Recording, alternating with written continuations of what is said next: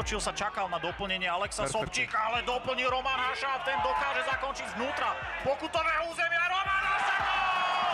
Skalica vyhráva v 58. minúte 1-0 a Roman Haša nemusí čakať 16 kôl na svoj prvý gól v novej sezóne, ale dáva ho po 57 minútach.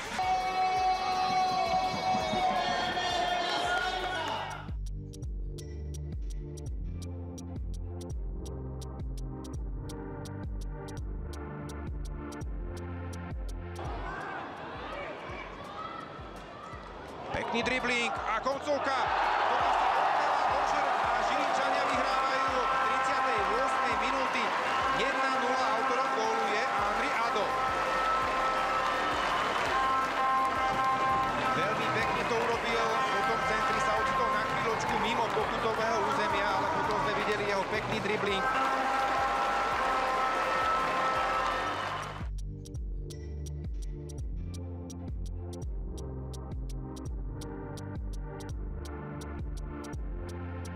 A do Monkošovi z Ružomberka, teraz pozerajme na to, čo vymyslia hráči Podbrezovej. Krásny gól!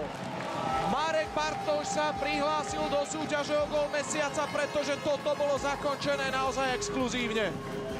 Matej Slávik v 5. minúte prvýkrát kapituluje po tom, čo Bartoš ukázal, že to nie je len odkopávať zo stoperského postu.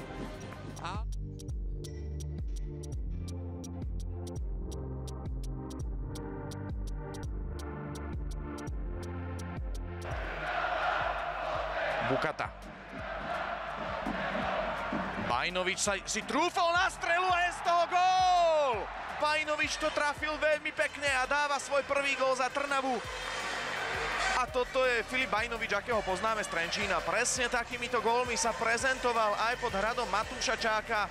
Dynamit v pravačke, placírkou to uložil fantasticky.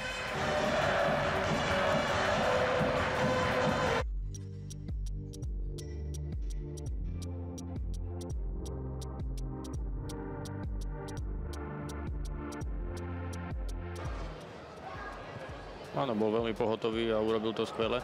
A to urobí teraz Karol Monde, ktorý nádherne preloboval Lubomíra Bielka.